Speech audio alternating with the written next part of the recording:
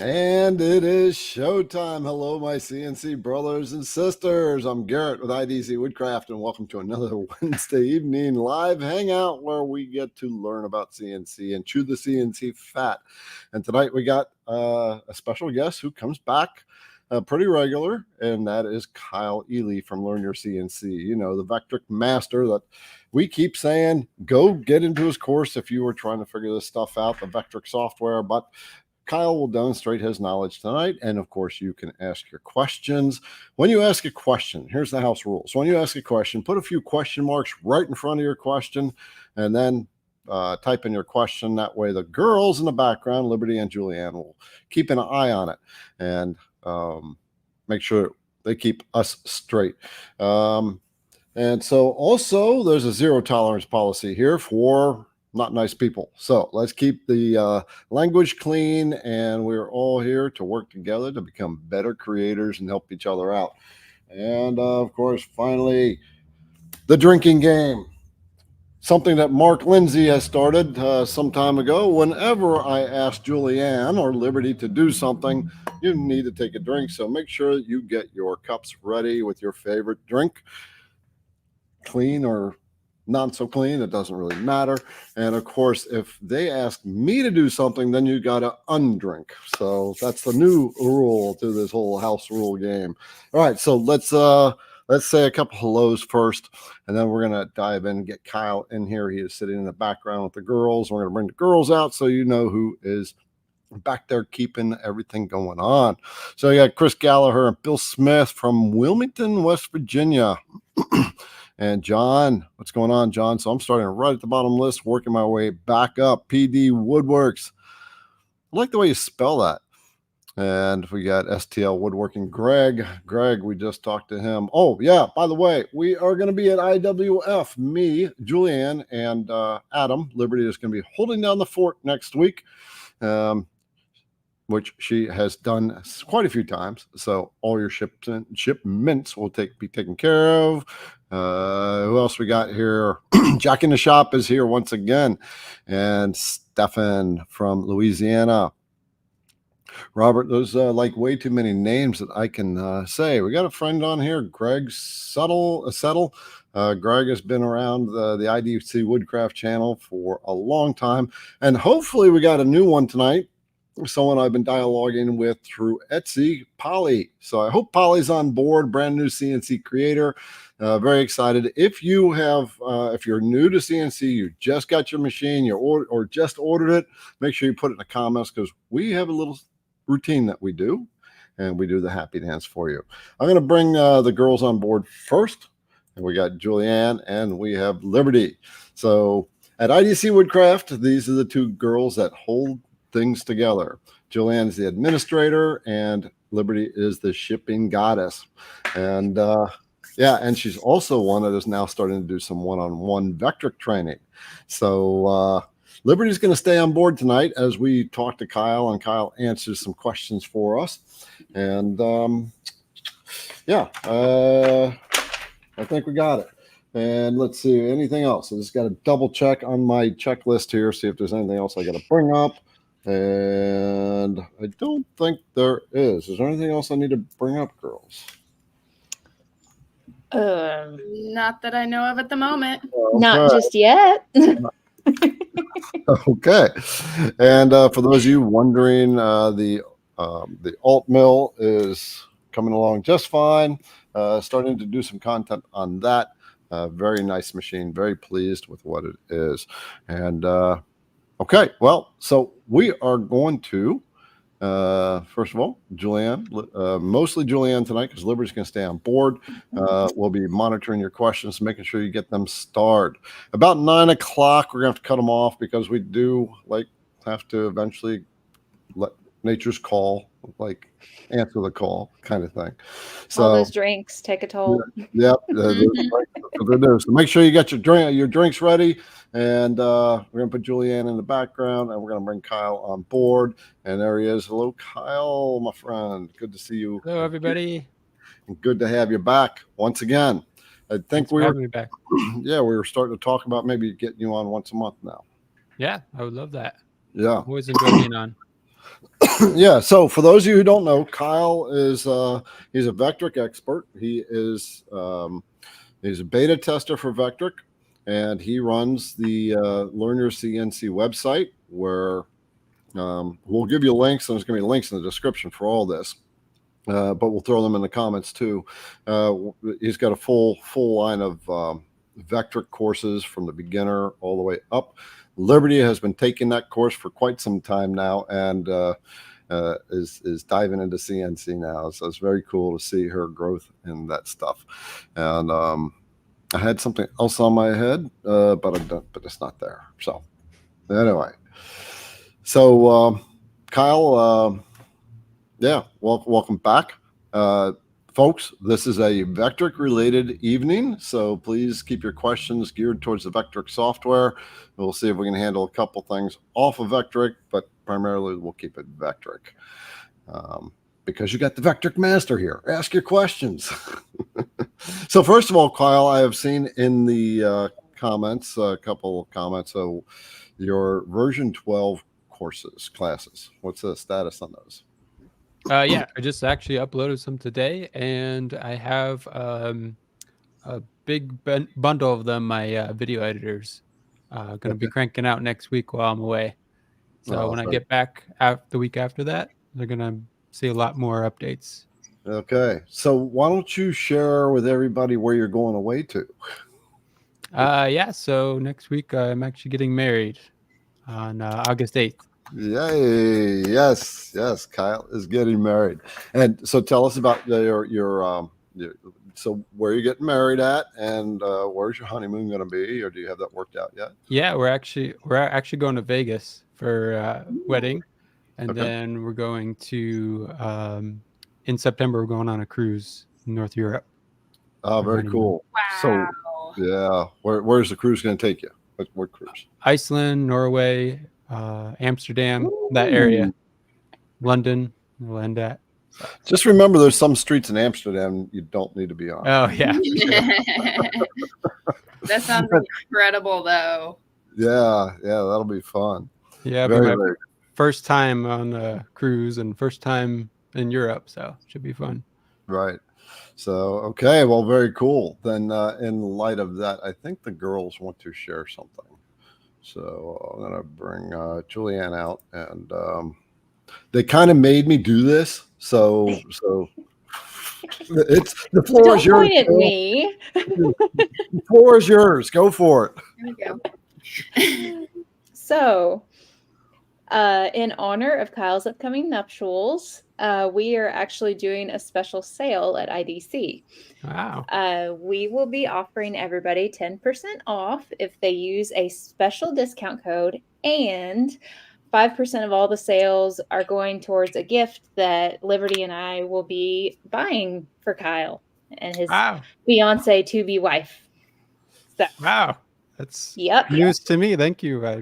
This is brand news here. So I will pop that code in the chat. Okay, so yep, the IDC Woodcraft website, and also today is the last day for the Stars and Stripes special, which is if you get anything over $30, then you get this 3D file for free, which is a great seal of the United States.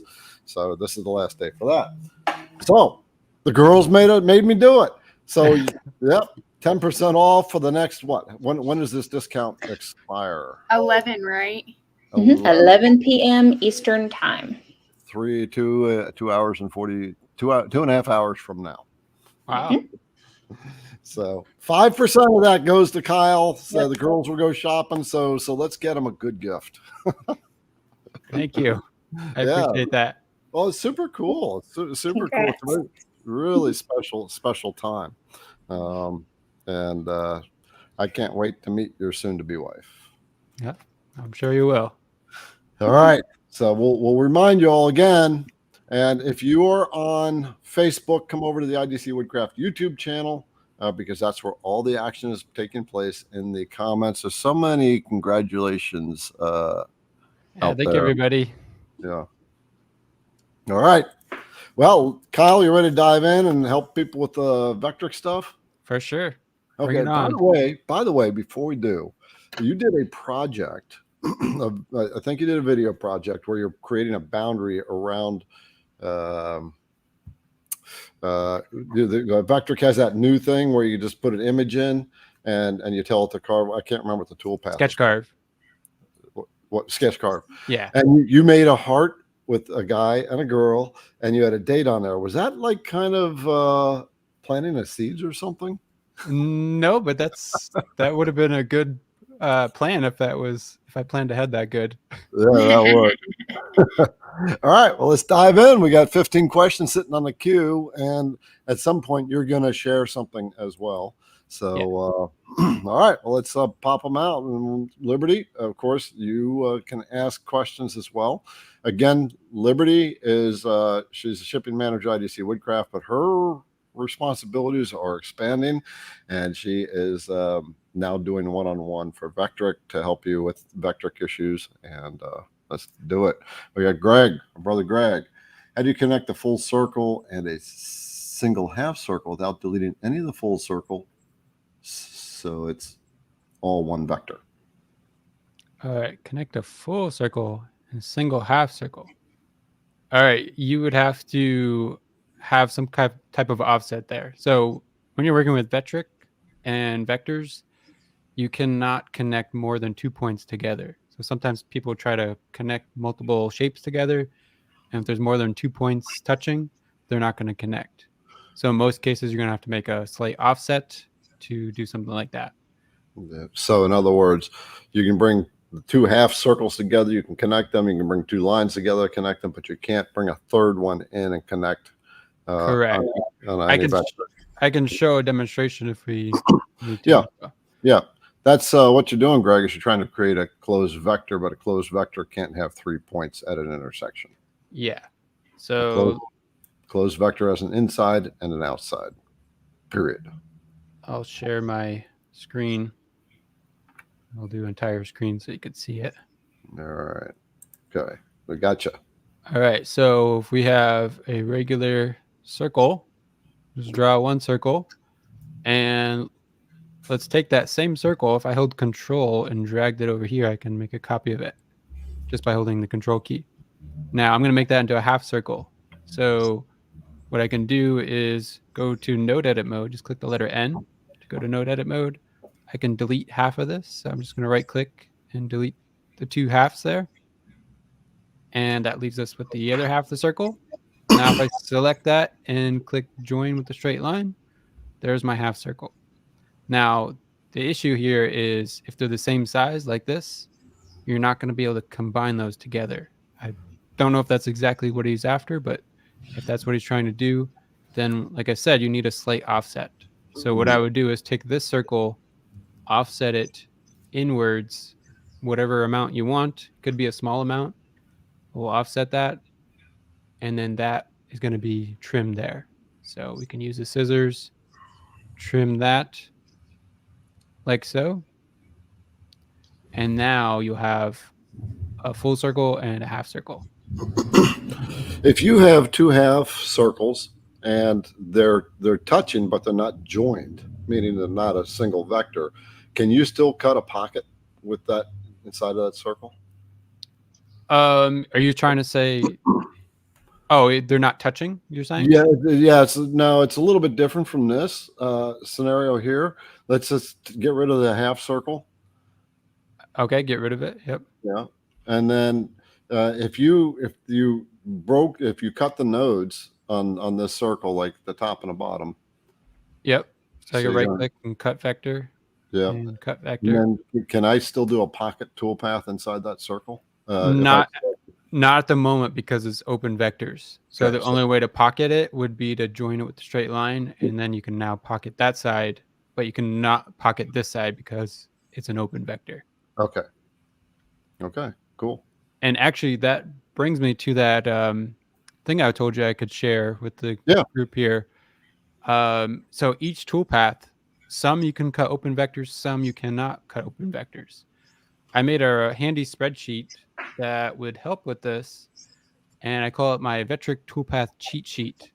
I have a link for that. I can provide you guys if you guys want to download this for free, but it shows you every single toolpath, what each toolpath does, what software it works with, if you can cut open vectors or closed vectors. So this is that pocket toolpath. You can see you cannot cut open vectors, but you can cut closed vectors.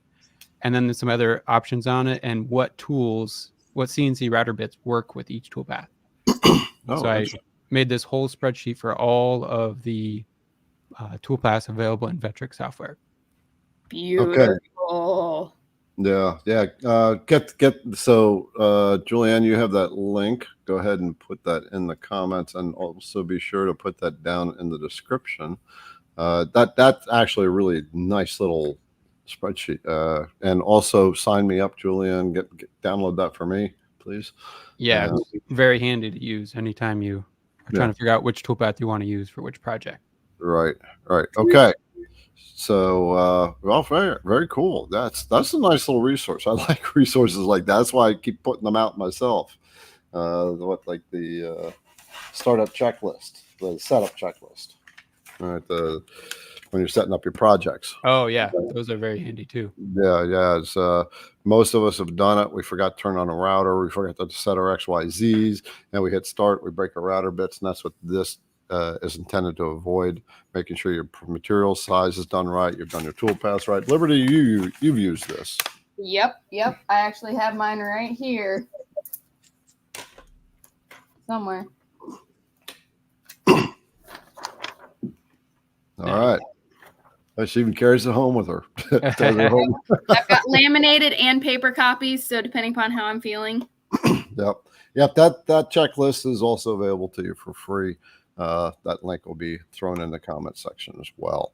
All right, let's so make sure you get that thing from Kyle too. So the whole thing with these resources, this is one of my like pet peeves, that most CNC companies, don't provide this type of resource for you, and that is what adds what we call in the business world friction for the customer. All right. You got to go back. You got to figure things out. You have train wrecks. You're trying to find answers. That's why Kyle's creating something like that. So that's why I create things like this as well. So you always want to get these resources. They will shortcut things for you. All right, let's get to Wandering Star. I love all these different kinds of names that come up. Garrett, since both Kyle and Vectric have retro candy dispensers in the project files, are you going to make one to hold your M&Ms? Might help your feed rate if you don't have. So, Kyle, if you don't know, there's this little ongoing joke about the feed rate of M&Ms. Yeah. I think that'd be a good idea. I think so too. That's funny. I got the project files ready for you if you want to cut one out. So in your course, like you provide files as well, is that right? Yes. Yeah. So in our community membership, we do brand new project every Thursday, and we do 2 Q&A calls every week.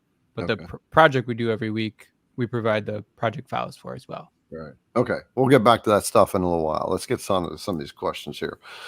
All right. Question for you, Kyle. What is the correct method of using the texture toolpath in version 12 Pro? There is a load and save button as well as calculate. In what order do you use these? Yes. So the load and save buttons are kind of optional. That is only if you save a template. So when you make a texture toolpath, if it's something you like and you want to use over and over again, that's when you'd click save on that. And once you have one saved, then you can load it into another project.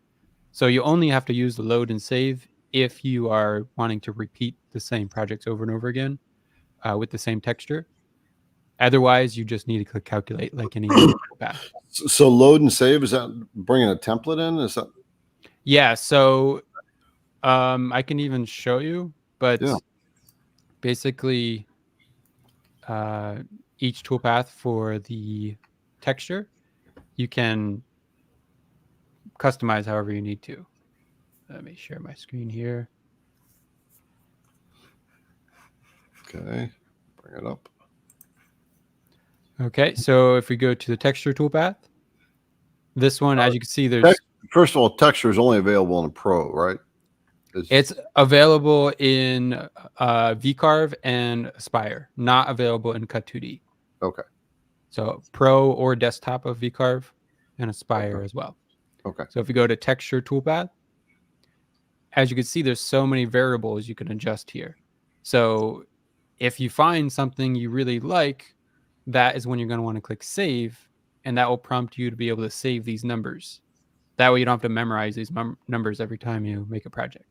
So say there's one texture you like for the background of your sign, and there's one texture you like for a jewelry box you made. You could save those as one for background texture and one for jewelry box texture. And then you can load those into a future project if you want to use that same texture over again. Okay, so when you hit the load button, that's going to open up a directory or what? Yep, that'll just, when you click save, it'll allow you to save these numbers as a file in your computer. And when you click load, it'll also load it as well. Okay. And Vectric comes with some preloaded designs as well. Okay, and Yeah, so a default, and there's a hand carved texture you can use right from Vectric. And then from there, you can make your own as well. okay, so texture is no longer over on the other side and design? Nope, this is different. This is called toolpath texture. The other one is called vector texture. So one is just vectors, one is a toolpath. Okay. And you can combine them both. So it's, you have to play with a little bit, but there's lots of things you can do with that.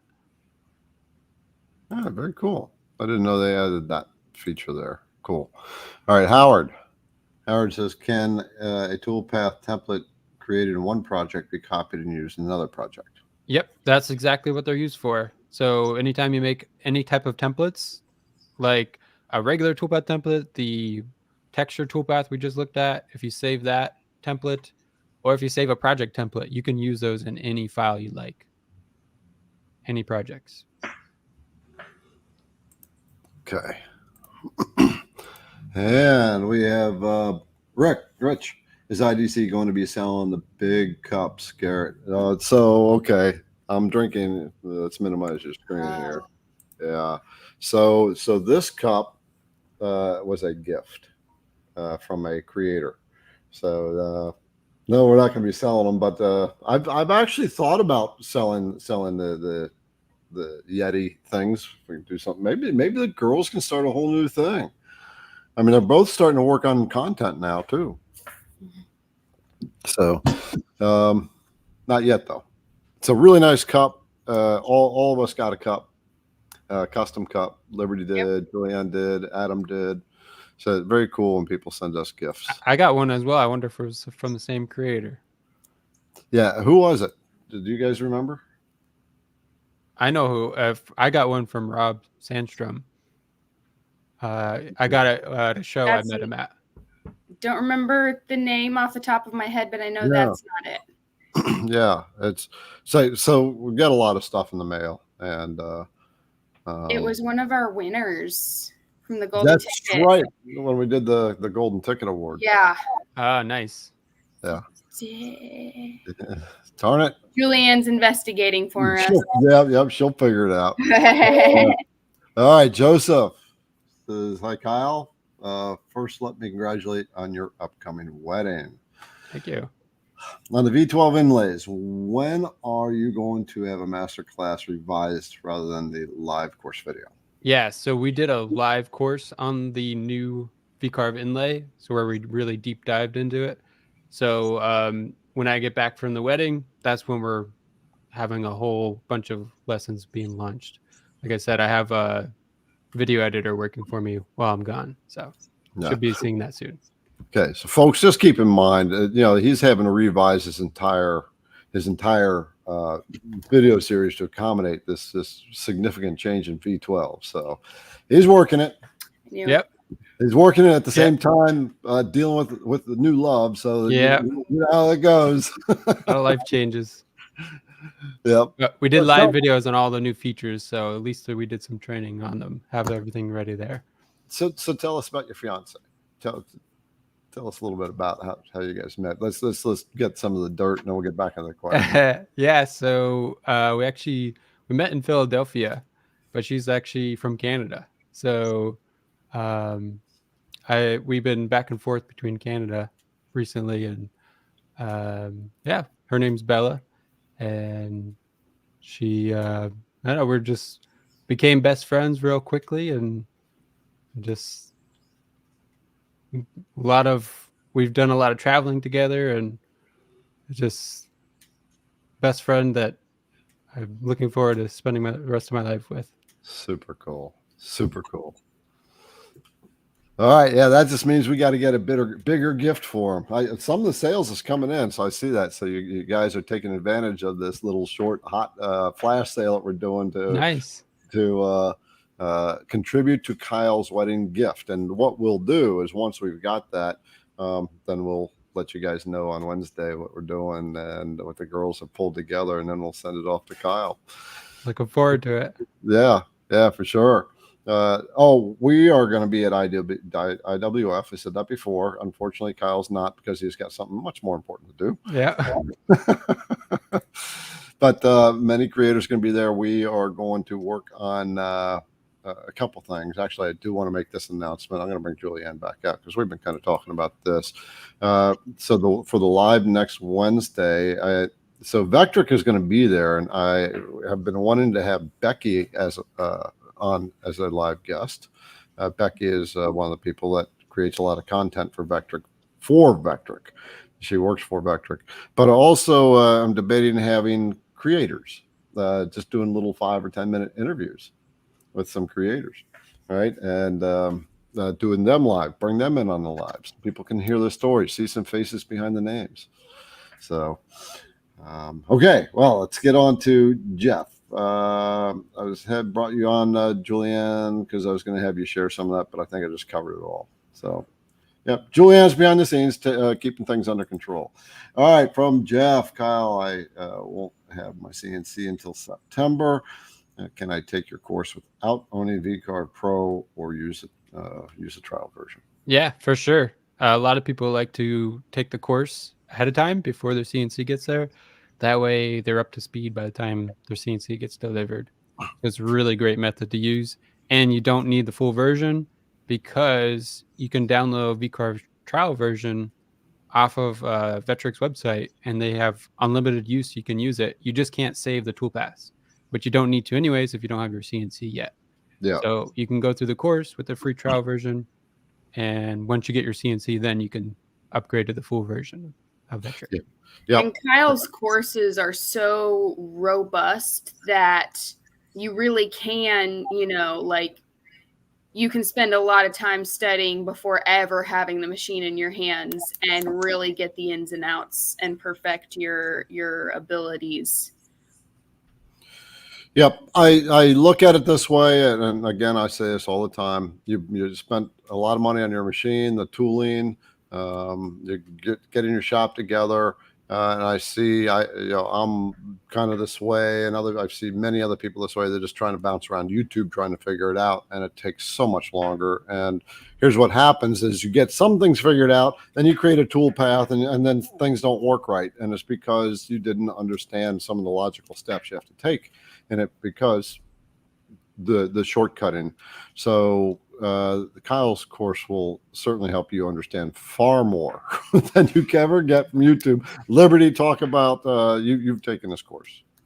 All right. So, yeah. Like, as I've said before, I had some practical knowledge from just listening to you all the time and watching over your shoulder and watching your videos and things like that. And then playing around with it myself. And Kyle's course just went well more in depth than I really knew things went, and connected dots that I didn't realize connected. It's like, oh, I know that, and I know that, and I know that. But like, oh, like you can string this together and there's more possibilities. But even as big as it is very, very, very easy to take in. Very easy to take in. Yeah. Okay. Cool. Yeah, we'll put links in there. If you're considering it, you got like a little trial run that they can take, like that boot camp thing. Yep. So if you to check it out, but it's just like you're investing the rest of the story basically, because you can't create without knowing how to design. Period. It just your machine's not going to do anything until you design it and tell it what to do. Yeah, it's like learning a new language. You can learn couple words here and there from other sources, but if you have the whole dictionary, you can really figure it out. Dive deep into it. Exactly. Good way of putting it. All right, Jeff, how do I curve text above and below symbol so that the text is upright, above, below, i.e. the text above rolls down at the ends and the text below rolls up at the ends? All right, are you able to picture that? I believe so. I think I know what he's talking about.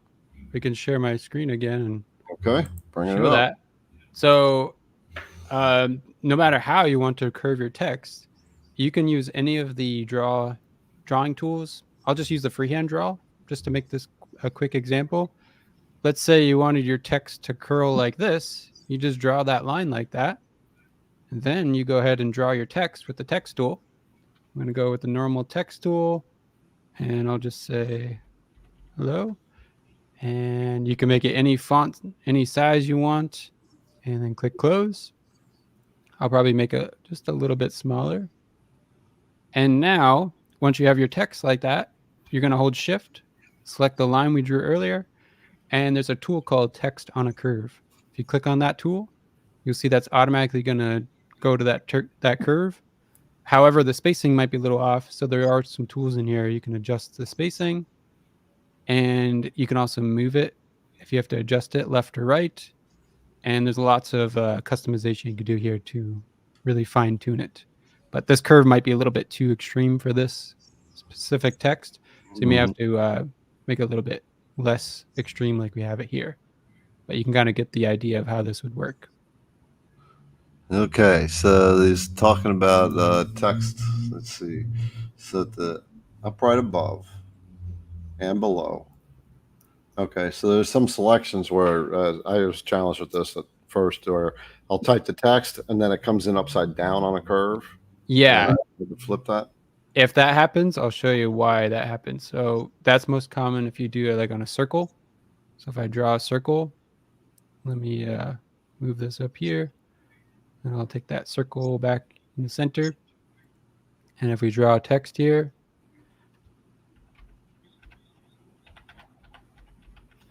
here we go. Draw that, make it a little bit smaller.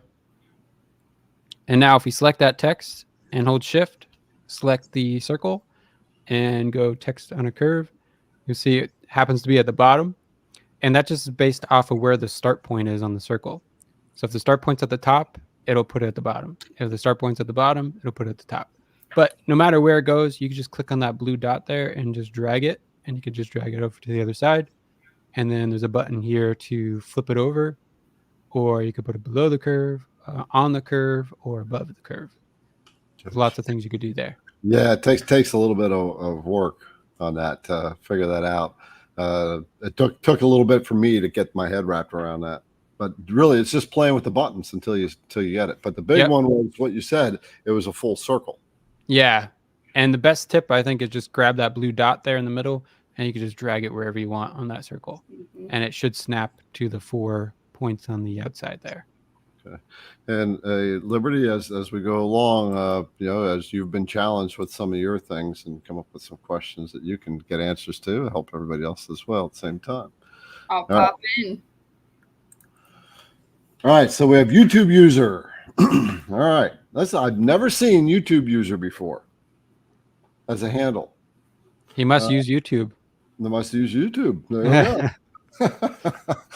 Hi, Kyle. Regarding a pocket tool path and using a roughing bit, such as the Beast, it leaves marks in the bottom of the cut, and the subsequent tool don't go any deeper than to clean it up. So I think they're asking, how do they overcome that? Yes. So basically, a lot of times what you're going to want to do is run a shallow pass at the bottom of your pocket. And you can do that directly in the pocket settings. There's a option for that. Or you can just create another toolpath with a full cut depth, just slightly deeper than your last pocket. And you can even change a tool if maybe you want to use a down cut bit. That will clean it up a little bit better.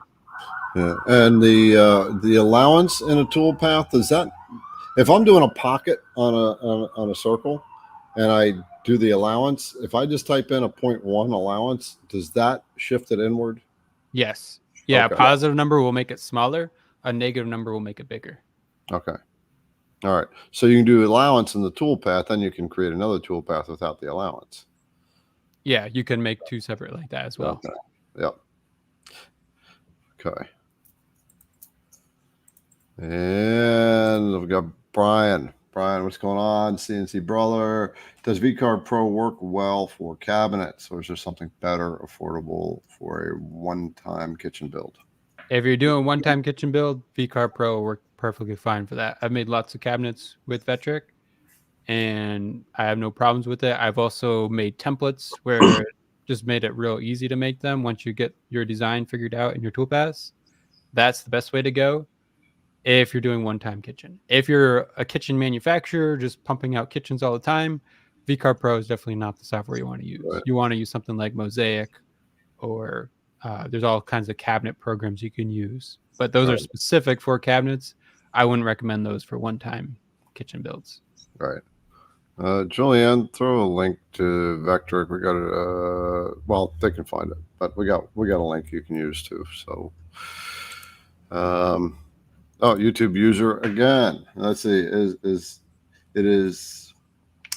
It's as if the multiple tools allowed for pocket toolpath calculate an offset on the side, but not on the bottom. How do I set it so that the roughing pass doesn't cut full depth? So you just kind of covered that one. Yeah, I could show the depth though. Sounds like he's thinking about the allowance for the outside, but there is a setting in the Bring it up. pocket toolpath. Yeah, There. if you want to share the screen again, if we go to the pocket toolpath over here on the right, if you do this pocket allowance down here at the bottom, that just makes the circle bigger or smaller if we're pocketing the circle. But if you want to adjust the pass depths, what you can do is where it says passes. Right now we have 2 passes with this tool. If you click edit passes, here is the depth settings. And there's an option here, do separate last pass. So if you wanted to do a 0.03 last pass and click apply, you'll see that will make a new pass there if you're looking at this as the thickness of your material. And you can adjust each one of these passes if you like. You can add or subtract passes and click set, and it will adjust based off of your numbers. You can change each number. Yep, you can click on each number and manually change each one if you wanted to. Dang, every time Kyle comes on, I learn something new. I like this. But so basically what this is doing, if a tool took two passes, now you've just modified it so it can do a third pass, a third shallow pass. Yeah, you can even do like 0.01, click apply, and you'll see that'll be a very shallow pass there that would clean up just that little bit of material at the bottom. Mm-hmm. That's what you'd want to do for that. All right, cool. Okay, so Randy. Okay, we got a first timer. Julianne, come on out. Here we go. So every time we got a first timer, you get the happy dance. Yes, for you, Randy. Just for you. All right, cool. Congratulations. Welcome to the family. There's so many people out here that will help you. Everybody in the comments, just welcome Randy to the community. Let's make this just like what we felt every time when we got into it, and just how much we wanted to be a part of it. All right, let them know how cool we really are. All right, WXXRYY. Using the draw curve tool. I am trying to move one end of the vector back on itself, not trying to connect the point or to the other point. So to start that off, that's like me doing a keyhole tool path. I'll draw the line to one point, and then I'll just backtrack right over it. So we're using the draw curve tool. He's trying to do Yeah. Yeah, you can do that, but if you're clicking and then you click back, it's probably already going to snap back to it. So after you're done creating it, you can just go to node edit mode, just click the letter N on your keyboard, and then right click on that spot you want to cut it at, and then click cut vector. and that will split it apart there. That's probably going to be your best bet for that option. Yeah, I was just thinking of another one where you could take that to say if you wanted to do with a freehand or besides, like not draw a curve, just kind of a freehand goofy one. Yeah. And you can draw that line, you can copy the line, mirror it, overlay it, and then connect a point. Would that work? Yeah, that would work as well. Okay. And the thing about the freehand draw tool, that one does not automatically snap back to the beginning if you were to drag it back and forth. I think you have to hold the control key for it to snap back. But as long as you're not holding any keys in, it won't snap on itself. Okay. So the freehand draw tool won't, but the curve tool will. So that's why I would say go to Node Edit for that. But your mirror option would work too. All right. Okay. I just want to remind everybody, Kyle's getting married next week. We are doing a special, so collectively, we are going to collect money to buy a gift for Kyle and his new bride, Bella. And so the way we're doing this is we are offering a flash 10% off until 11 p.m. tonight, Eastern Standard Time. So 5% of whatever comes in from 8 p.m. to 11 p.m. is going to be applied to his gift. And Julianne and Liberty, I'll bring her back out. Julianne and Liberty are going shopping and are going to buy a wedding gift for them. So basically, we want to get them something really cool and big. I don't even know if you guys have talked about it, but we can't talk about whatever they're thinking about here. Would ruin it. I know. I'll block my ears. Don't worry. Yeah, but this is being recorded too. I won't watch the replay. Yeah. So for anybody who's watching the replay, the special code won't be available an hour after the replay. 11 p.m. What's today? July 31st. Eastern Standard. Yep. So okay, we got Kenny. The discount code will be put in the comments. All right, from our CNC brother Kenny, is there a way to save something as a template, say on sheet 2 only, not the entire project? If you're talking about a project template file, then no. But if you're talking about a toolpath template file, then yes. So if you're trying to isolate one sheet for a template, what I would say is create a new project, copy and paste that to that new project, and then save it as a template. That'd be your best bet for that. But if it's toolpaths, then yes, you can. So can you take a minute for those who don't know, who are brand new, don't understand what sheets are? Can you take a minute to explain and show it to them? Yeah. I could share my screen again. All right, so this white space here is basically your sheet. And up at the top here, you got sheets, layers, and levels. What we're talking about here is sheets.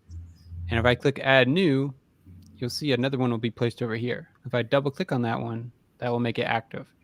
So basically, how I like to think of sheets is, let's say I was making a cabinet, and I had the carcass of the cabinet on one sheet, and then I have the doors on another sheet, and maybe toe kicks or something on another sheet. You could separate those sheets and make them all different sizes. You can make it different thickness, different width, different height, and different materials. So another example would be if you're doing an inlay. You can have a female inlay on one sheet and a male inlay on the other sheet. And you can have two different materials for those. So basically, each sheet is its own piece of material. And you can double click on the sheet. You can drop it down and right click and edit. And you can see we can adjust the size of this. Let's say we made it 48 inches wide and a ½ inch thick. Click OK. Now we have one larger sheet and one smaller sheet. So now we can work two separate sheets on one project. This saves you from having to save a whole bunch of projects for whole bunch of project files for one single project. But like I said, if you have toolpaths, each sheet has its own toolpaths. If you're trying to save templates from that sheet, then you can just select those toolpaths and click Save Visible Toolpaths as a template. That will save just that sheet. But if you're trying to go to File, Save as a template, that will save your whole project, including all the sheets. So that's when I would recommend you copy and paste whatever is on this sheet and paste it into a new project. All right. And the benefit of templates is basically so you have something you're going to be using again and again and again, but you're going to be making other changes. Say you're making a bowl, you're making the same bowl, but you're doing some kind of detail carve inside the bowl that's going to be different every time. Then you have a template for the bowl, and the rest of it you can do as you wish. Yeah, one example I like to use is a lot of people make those police badges or a flag or something. If you're making a police badge over and over again or a flag over and over again, and you're changing a name or a number on that flag or a badge, you can save that as a template. And every time you open it up, it's going to open up as a brand new file where you can just change that number, recalculate your toolpaths, and you're good to go. You don't have to make the whole project over again. That's such a good way of doing it. Such a cool way of doing it. Okay, very cool. Good stuff. Good stuff. All right, Jack, he has downloaded his free clip art, and a lot of the clips are grayed out. Is this normal? Yeah, so you might have to log into your Vectric portal account, and you have all the access for those there. But usually when you first download it, sometimes it's visible on your clip art library, but you have to click the download button next to it. Sometimes if you double click on them or drag and drop them into your project, they'll automatically download. Or if that doesn't work out, check out your Vectric portal account. And if that still doesn't work, then you can reach out to Vectric. All right. And Ken, Coop K, went to Vectric website and got lost as to the 3 different programs. So pre-CNC purchase, we'd like to download a trial program. Please advise. Yeah, so based off your budget, that's where I would tell you to go. And based off of what type of projects you're trying to make, I would highly recommend stay away from Aspire for your first go around. That one's the most expensive, and usually you're not ready for all those new features anyways. I would say if you're working on a smaller platform, I would start out with VCarve Desktop. If you want to go with a bigger platform over 2 foot by 2 foot, then I would go with VCarve Pro. Those are 2 really good programs to start with.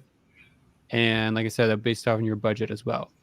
The good thing about Vectric, no matter which one you buy, if you buy their cheapest one, whenever you upgrade to another one, you just pay the price difference. There's no additional charges, just the price difference from one to the other. So you don't really lose any money by starting at a lower platform. Yeah, I am partial to VCarve Pro as if you're new. The reason you don't want Aspire if you're brand new is because it's a full new level of skill that you'll have to learn, and you can get more confused by all the new icons that are on there and not knowing what they're for. So the VCarve Aspire enables you to create things like this. Hold on, let's minimize the screen. Like this 3D model here. You can actually create the model. And then VCarve Pro, you can import the model into it. But you need to learn how to design first. And you got to start the baby steps. Yep, for sure. Yeah. What Liberty, as you were learning, did you try to do any, try to jump ahead of anything, or did you just kind of stay on course with it?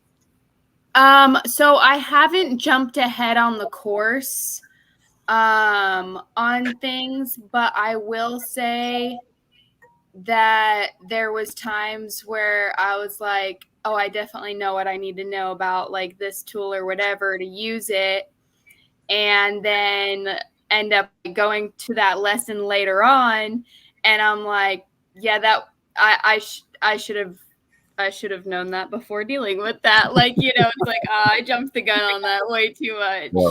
Yep. Yeah, for sure. Okay. So it's confusing at first. Here's the challenge that most people face when they get into this, and people like me and Kyle are working to circumvent this.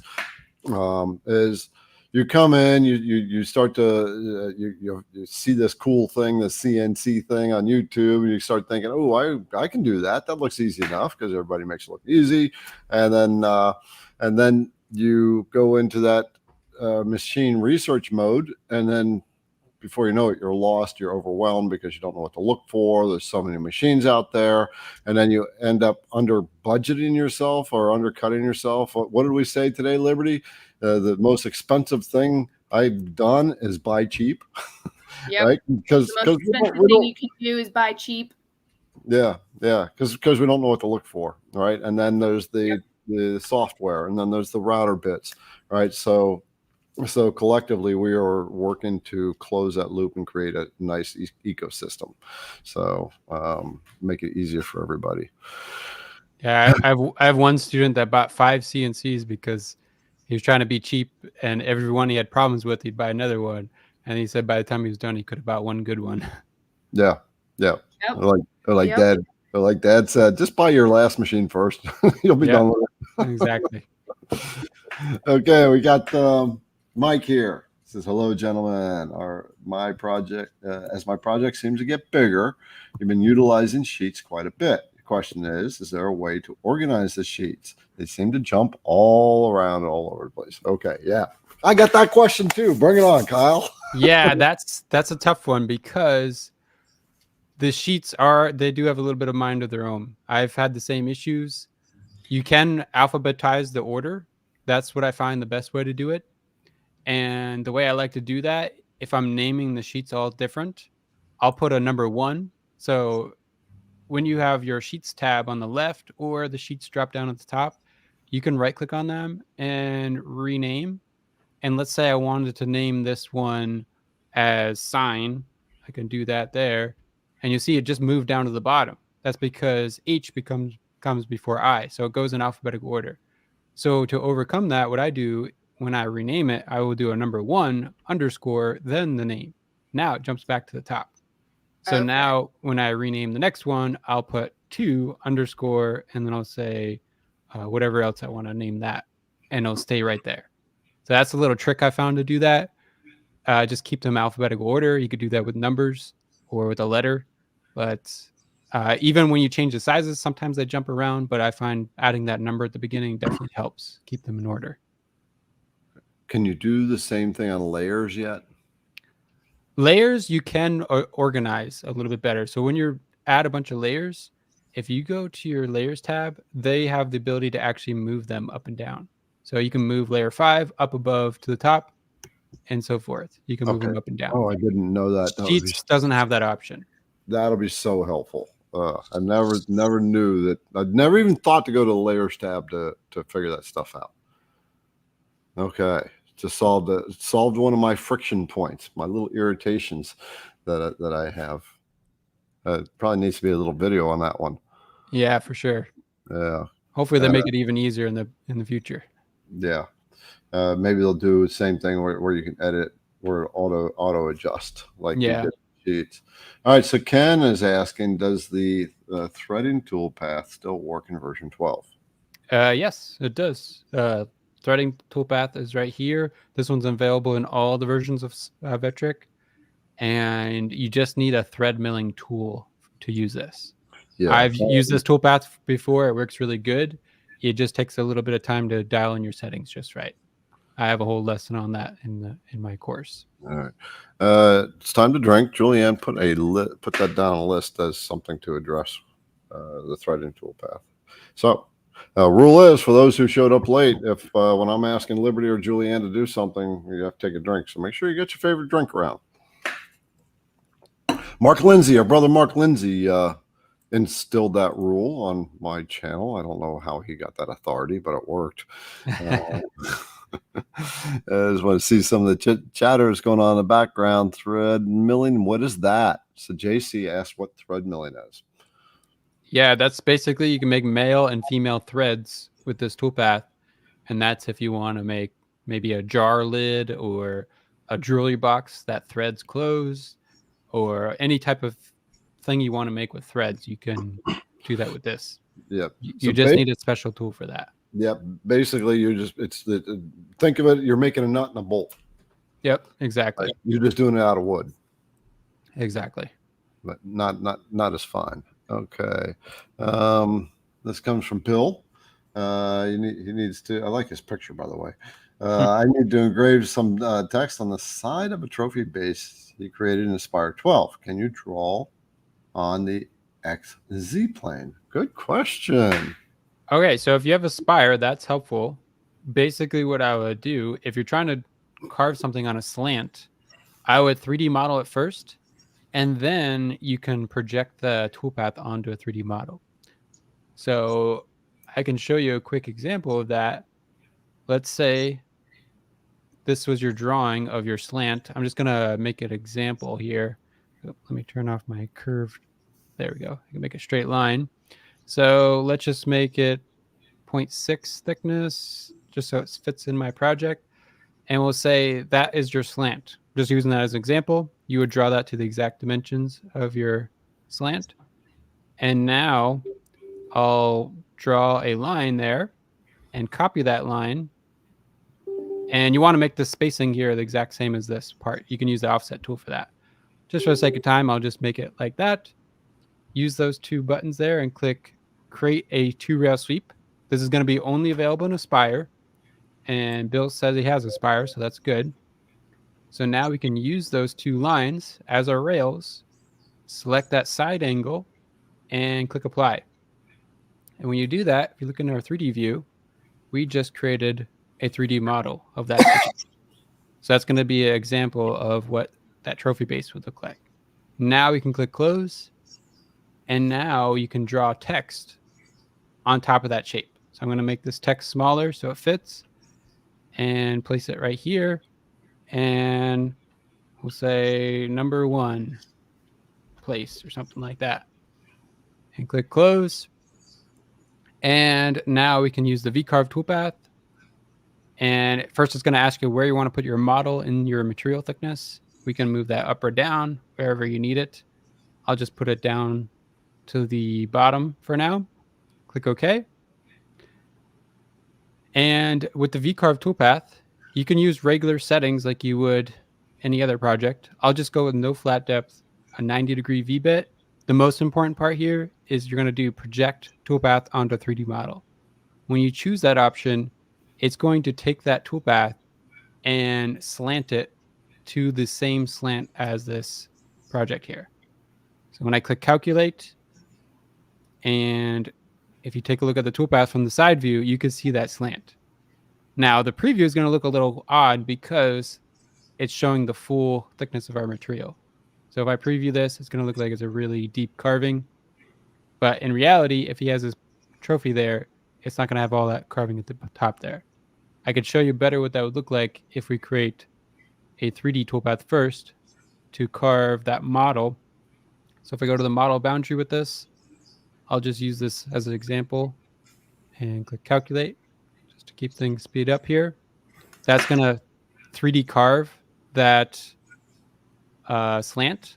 Let me turn my quality down here a little bit so it speeds up. There we go. So there's a carving of what it would look like if you had that trophy sitting on your machine. And now you can see this toolpath. If we preview that V-carve, it's going to carve into that slant. And that's how you would carve at an angle like that if you needed to. All right. That's cool. So what Kyle just went through is some more advanced stuff. So if you're a beginner, don't be overwhelmed, please. Yeah. You don't need to know that right now. But that is a reflection of Kyle's knowledge as to how fast he whipped through that stuff, right? So this is why I say, you go get his course, right? You've got access to this kind of knowledge from the beginning all the way up to that level. All right. So Julian will throw a link in there. He's got a boot camp thing. What's your boot camp thing? Like that's the free trial thing. Yep, Vectric Bootcamp. If you go to my store page, you'll see it on there, Vectric Bootcamp. Okay. And then you'll see he'll run you through a quick thing and you'll see that he's got it. But I mean, this is the extent of his knowledge. You blow me away, Kyle. I mean, this is like my nephew is taking 2 majors at once. Wow. Aerospace engineering and what's the physics, space physics? What do you call that? Aerospace, whatever. I'm not sure. Whatever. 2 of them. This is like, it's like super brainy stuff. And this is what you make me feel like. It's like, oh my God. It's like when it comes to Vectric software. All right. Madaka. I have a rectangular shape in Vectric. If I rotate it, move it around, I want a quick and easy way to square it back up. Can't find one. Oh, yeah. I actually have a YouTube video on that, on how to do that. But yeah, if you rotate something, I can actually show you a quick way to do it. But there's always other ways you could do it as well. Let me move this stuff out of the way. So let's say you create a rectangle, and then at some point you rotate it for something, and then later on you want to make it straight again. In Vectric, as long as you didn't edit the shape at all anymore, if you go to the rotate tool and go to the absolute position, you can see now you see an angle here. So all you have to do is set that back to 0 and click apply. That's the easiest way to do this. However, if you were to rotate the shape, and let's say we clicked on it, went to node edit mode, and dragged this node up like that, made it into this type of shape, and now actually it did save that, so that's good.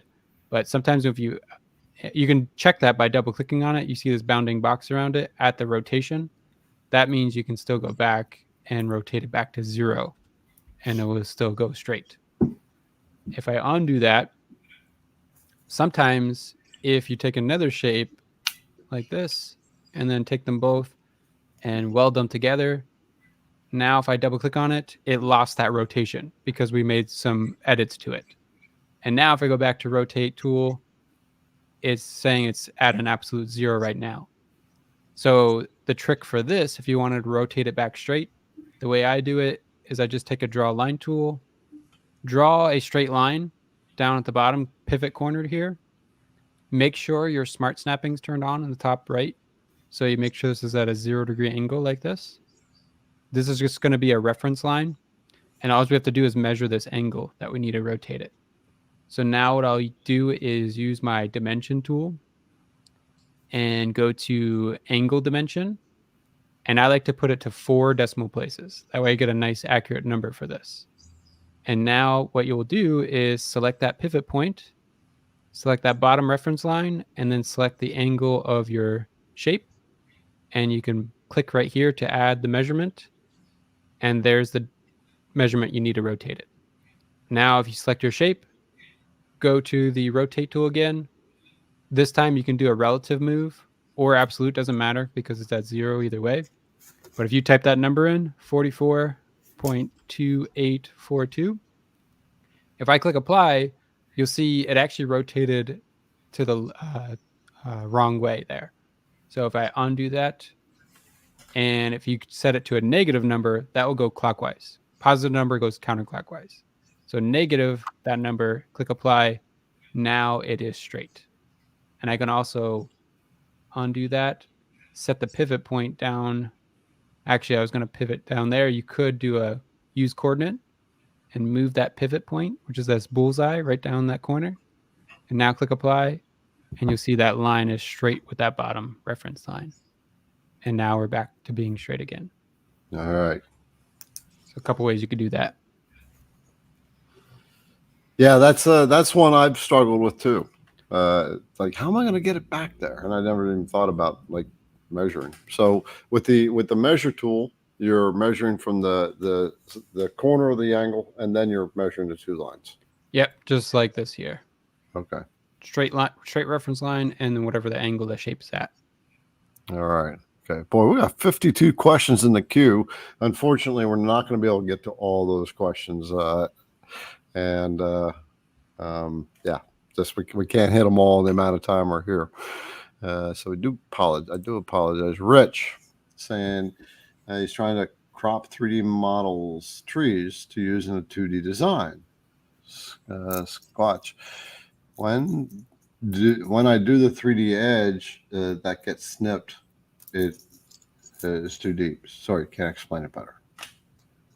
Okay. I have a feeling I know what he's talking about, but it is hard to kind of picture exactly his situation there. But what I'm thinking here is if we go to 3D view, let's reset that.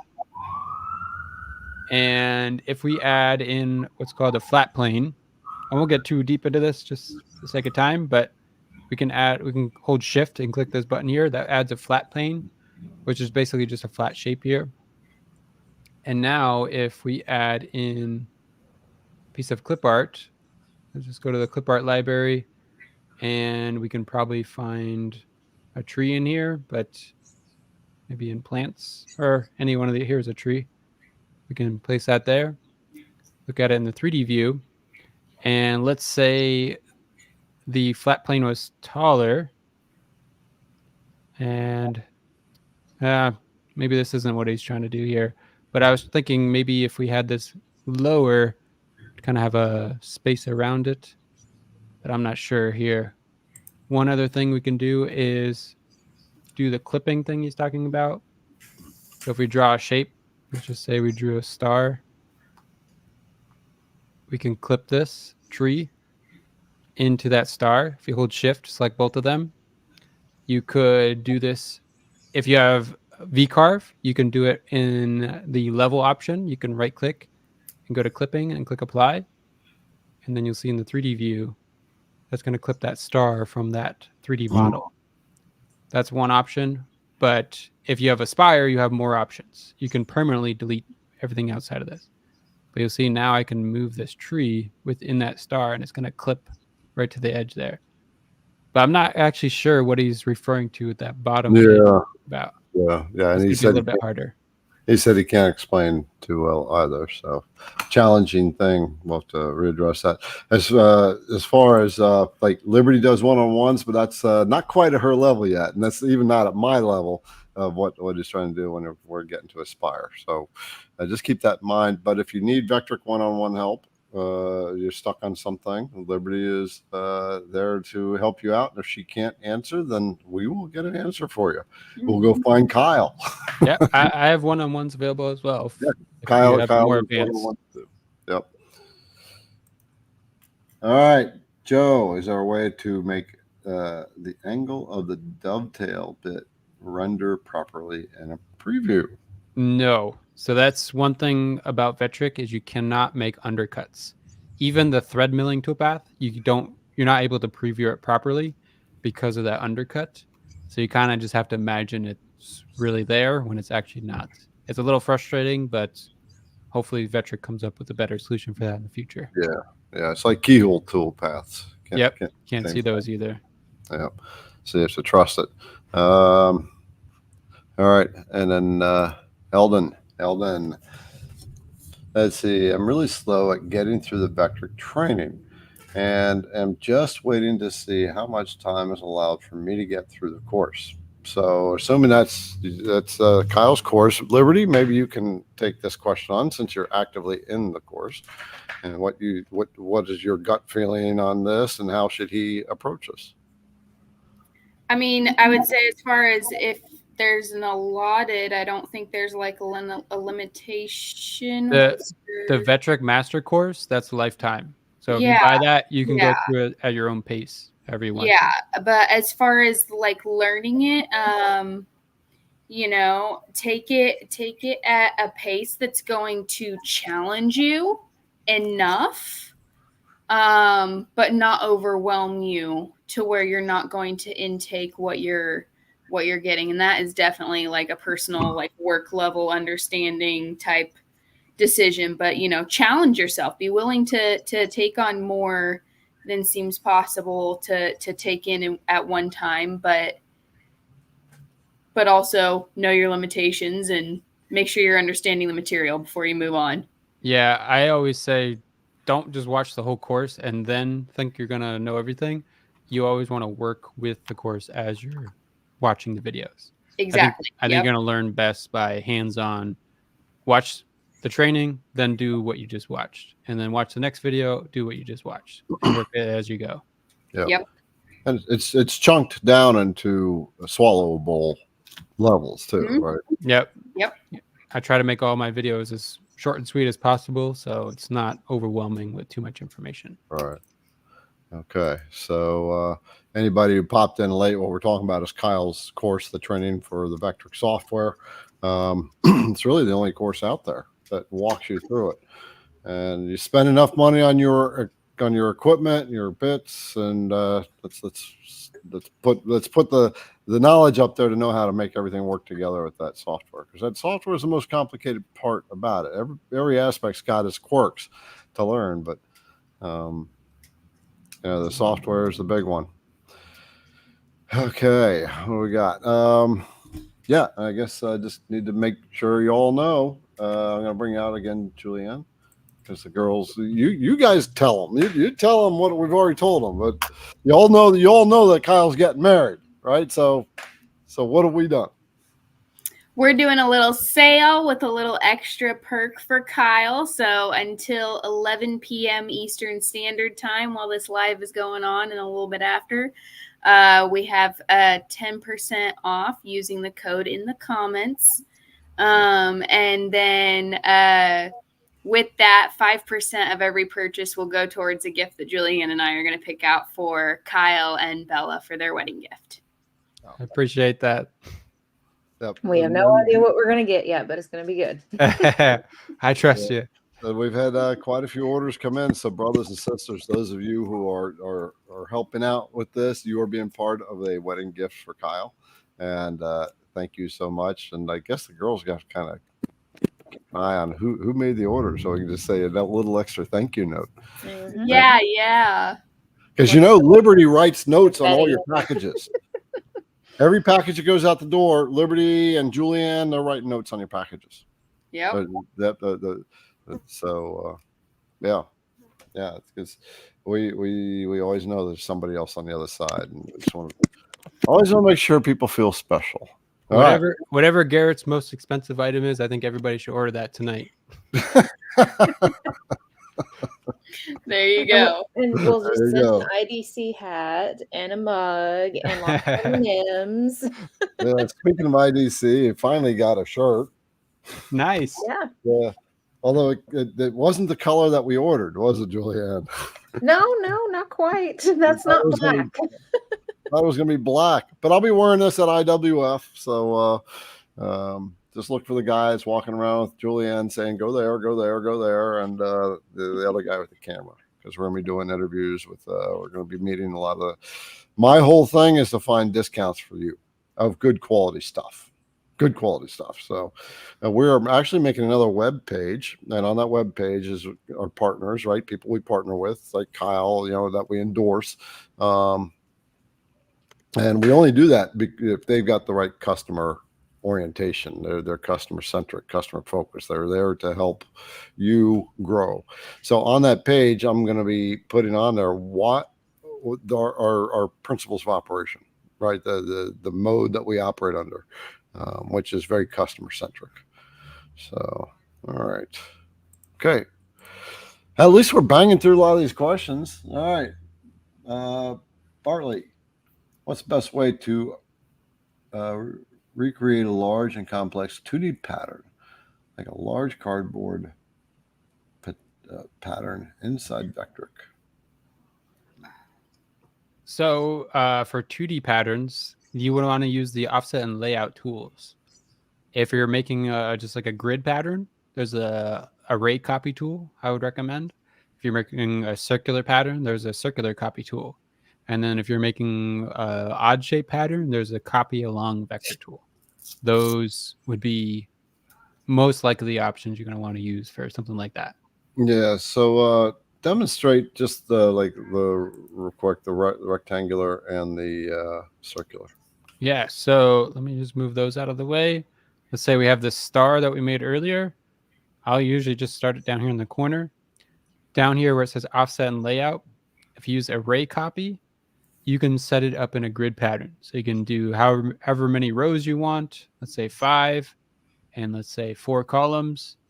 And you could set an offset between the shapes, or you can set a gap in between the shapes. Let's say we did a 1/4 inch gap in the X and Y. You can change those if you need to. And click copy.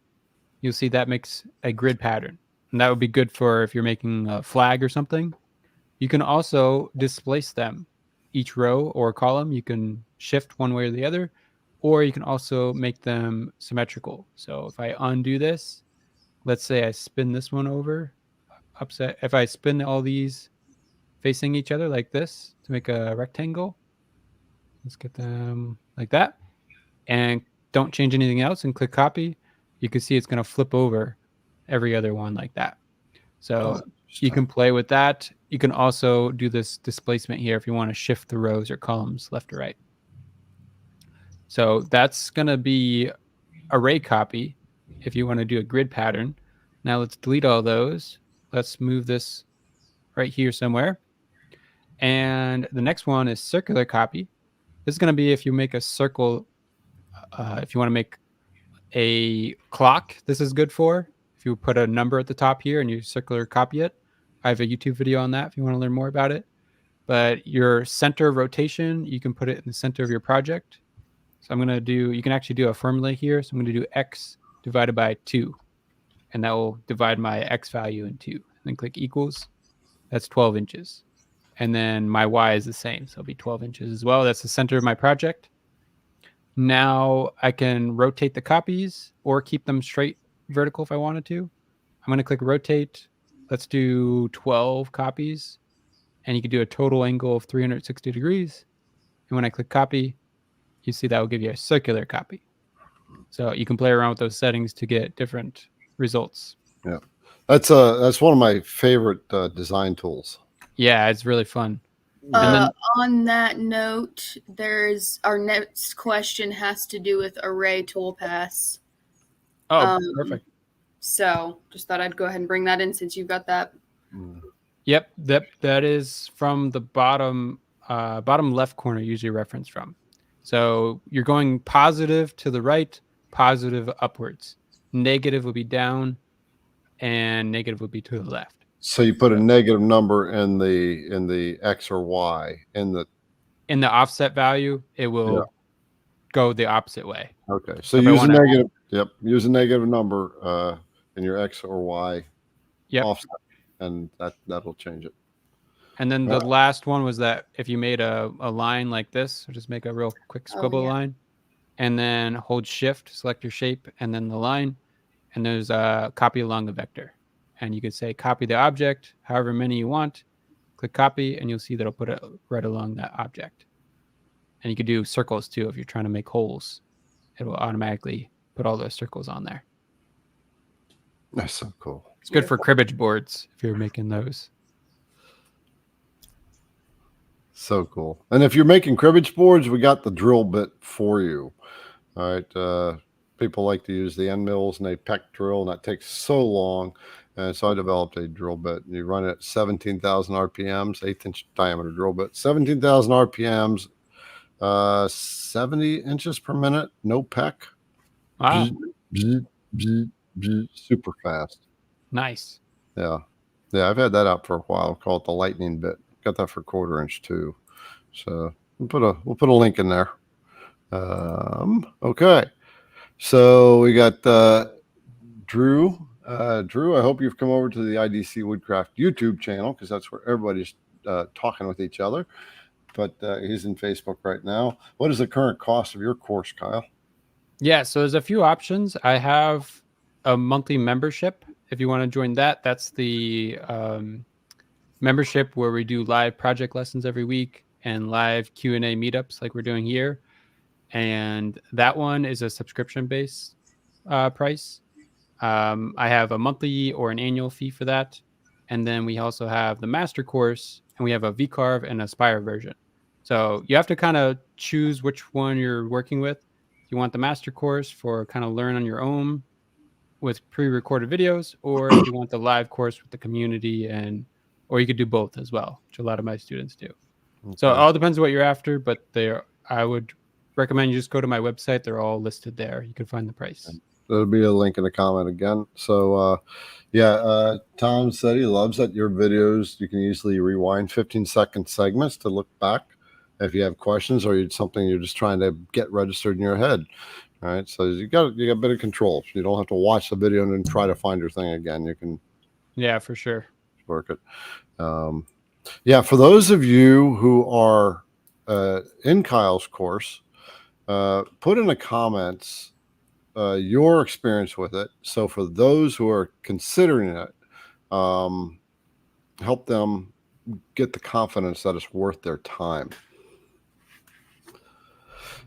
All right. So Drew, thank you for that question. Jeff Baker built a curved ramp for a pinball machine, but the final cutting pass a 2-ball sweep has a ton of pecking instead of a smooth cut. How does he make it smoother? The 2-rail sweep. Yeah. That might be because what I would recommend, the 3D toolpath that you have running along the 2-rail sweep, you can change the angle of the toolpath to match the angle of your 2-rail. That would help to keep it smoother if that's an option. But if it's a curve ramp, like you're saying, that's going to be a little bit more challenging.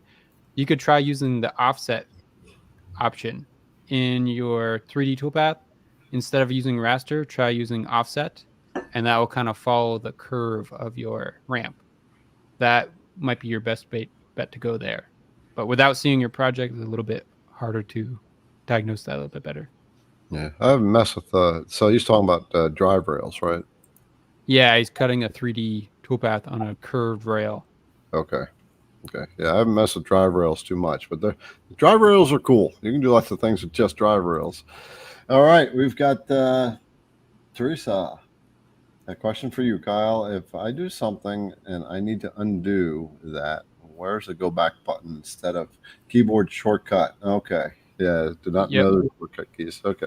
So yes. So one thing I don't like Vectric did in version 12 is they removed these 4 icons here at the top: new, save, undo, and redo. And you can get them back. There is an option to get those back. The shortcut for these, Control Z is undo. That's pretty standard for most programs, but it does get hard to memorize all these shortcuts. So to get these buttons here, you can also click Edit, Undo. That's another quick way to get it. But if you want those buttons to be on your screen at all times right here, if you go to Edit and go to Options, and then you scroll down to the General Settings, where it says Show Additional File Options, check that to Yes. Just drop that down, click Yes, and then click OK.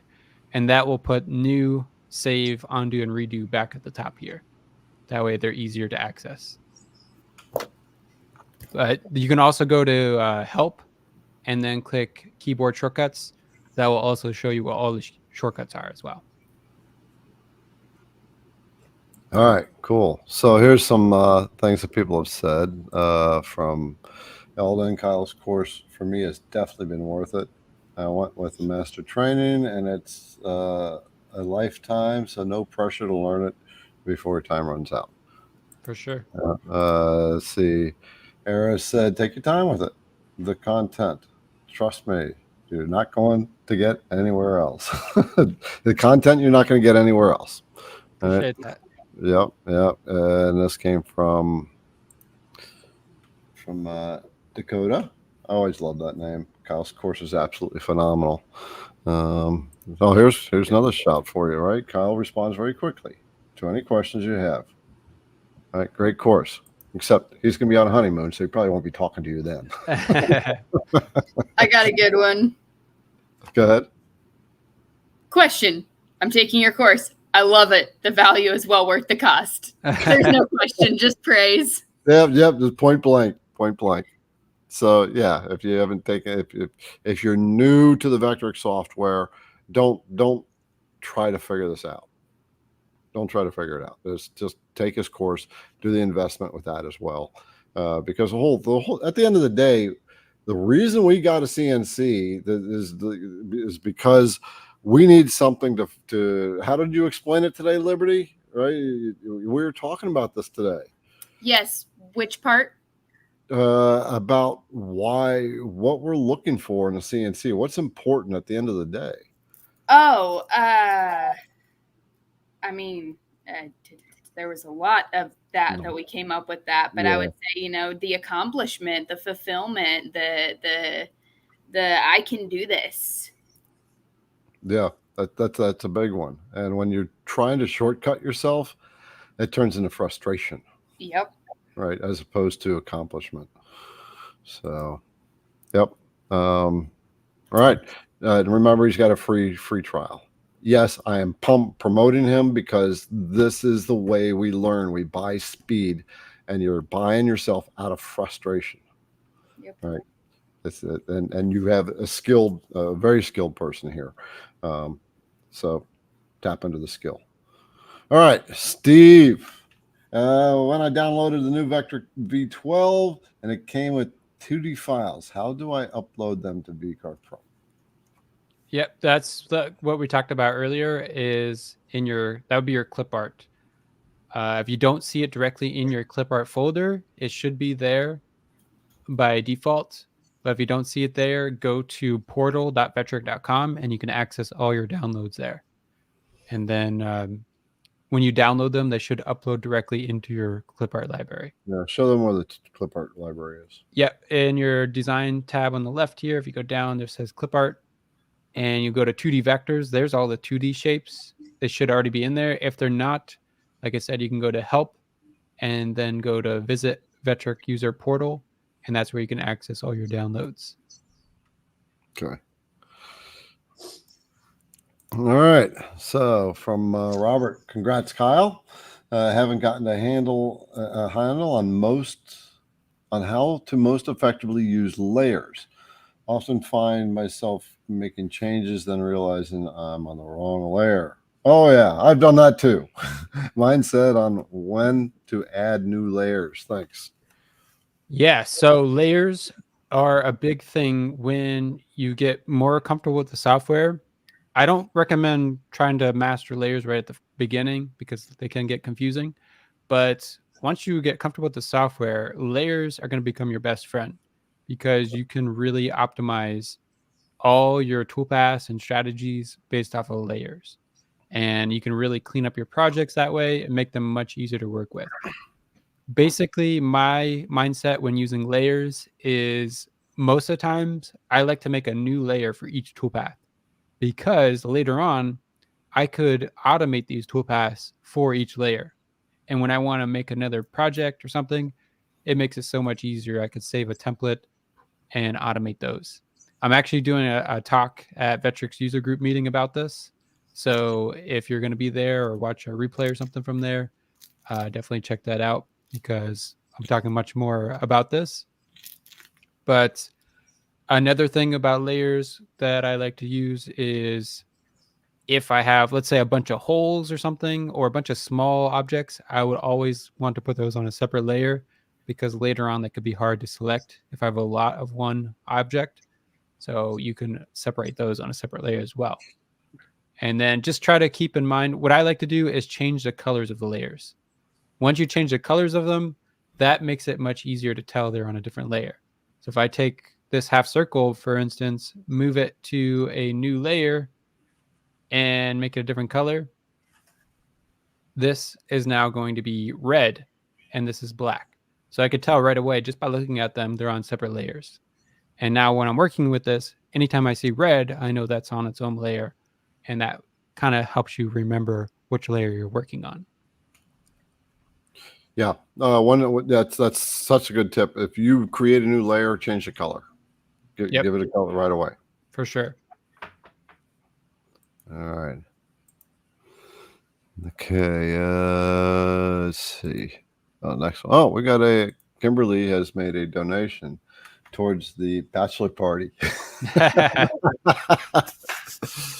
All right. Kimberly's awesome. She made a donation the last couple of weeks for Liberty's lunch. So the whole team is going to be out of the office because we'll be at IWF with the exception of Liberty. And so last week we just said, okay, any donations go to Liberty's lunch. All right. So, but this one goes towards the bachelor party. And there's another one, Kyle's wedding present. Thank you, Kimberly. Thank you, Mark. Yep. And the way these guys are doing that is down below the video on the YouTube channel. There's a little money symbol. You can click into that and make a donation that way too. And Juliana's in the background keeping track of the stuff so that we know what money is being delegated to what. Liberty's got a lunch money pile. I think you guys are buying her a couple steaks. I'm not sure. All right. So thank you, Mark, and thank you, Kimberly. Kimberly is a regular on the channel on this Wednesday evening. And by the way, guys, we are going to be reaching out to Kate so we can get her back on board, see if she's ready to climb back in. Steve, do you have or could you make a spreadsheet with all the bits and speeds and feeds to put in that will make sure the router is set right? I have to go back and check when using multiple bits. So, well, I can answer part of that. First of all, coming up with I'm assuming here spreadsheet with all the feeds and bits and speeds and feeds. But okay, so IDC Woodcraft has that on its website. You can download the database and get all the IDC Woodcraft feeds and speeds, and you can use them for other brand tools as well. You just go to the IDC Woodcraft website. At the very top, it says database downloads. You get the Vectric download, and then when you extract that or unzip that file, there's going to be a set of instructions. It's going to lead you to a video of how to import that, and it'll all be in there for you already. We've got a document that's got that information on it too, but that's the fastest way for Vectric. We got it for Fusion 360, Carbide Create, Carveco, and Vectric on the website. But you can do yourself one better too and get the IDC Woodcraft app, right? So we have a phone app, and I think we're the only ones that has a phone app that really tells you has all the router bit information in it. And the way this thing works is you can get your router bits from here. I'll cover that in a minute, but you can go into the category, find the router bit that you want to know the information on, and what's going to come up. I got a lot of reflection here, but you get a description of what the router bit is used for. There, if you need to purchase the bit, you can buy it right here instead of having to find it on the website or go search online. The whole point of this app, a couple things, is getting your feeds and speeds and making your purchases as frictionless as possible. So when you want a bit, you just go to the app and get it. The next thing, you can set yourself for inches or metric. You can tell what spindle you have, like if you got the different trim routers, like it'll tell you the speed dials. Because you want to know, because you don't have a number you can pick, you got a speed dial number, and also material, and then that's going to give you your feeds and speeds information, and then it's got all the specifications for all the bits there as well.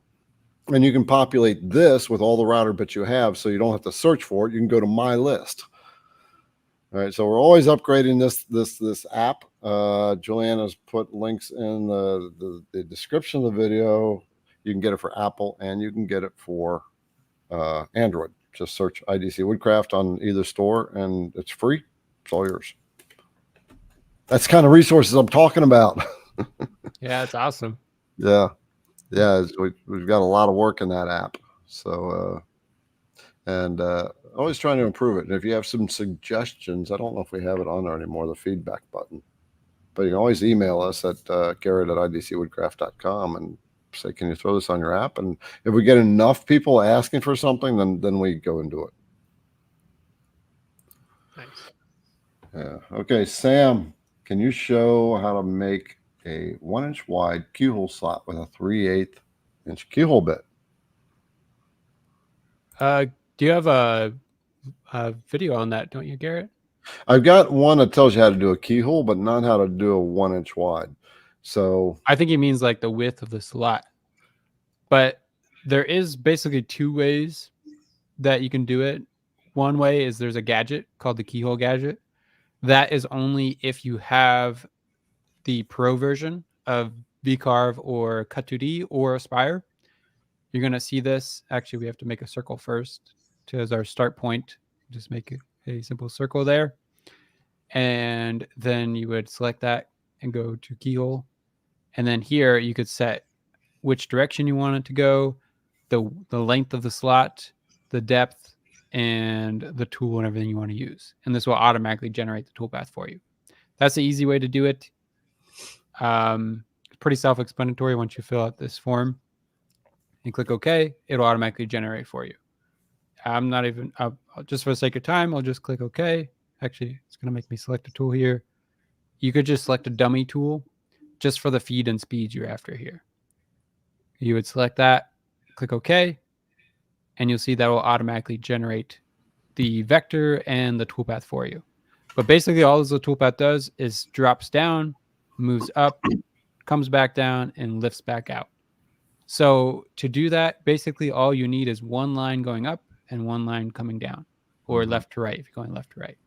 And this is what Garrett talked about earlier, is you can draw a line, whatever length you want to make your slot, and then you can bring that line back on itself to the other way and click there and then get out of there. Now that's going to connect back at the end. So what you can do, you can also go to node edit, right click there and cut it. And you'll see if I move this, there is two lines on top of each other there. So if I take this line, this is going to be if you don't have that gadget, if you have desktop version or something, you can now go to the profile toolpath. You want to set it to cut on the line. And here you're going to select another dummy toolpath.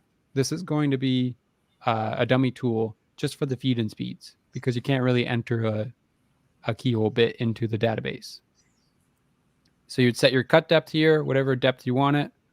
Let's just say 1/2 inch, for example. Cut on the line. You want to go and make sure you click Show Advanced Toolpath Options, because you want no passes. You just want one pass. Yeah. You don't want multiple passes. So you would click Edit Passes, click Clear All, so it goes in one full depth. And then down at the bottom where it says Start At, you want to say Keep Current Start Points. That will start wherever we started that line. And now if I click Calculate, what that will now do is drop the toolpath in that hole, go to the right, come back to the left, and then exit back out. That way you have a clean entry and exit from the same hole. So both of those two options will do the exact same thing. Depends on what you are trying to do there. You could make a clearance pass first if you don't want the keyhole bit to do all of the work. You can use another smaller tool and kind of carve out some of the area first, and then use that keyhole bit there.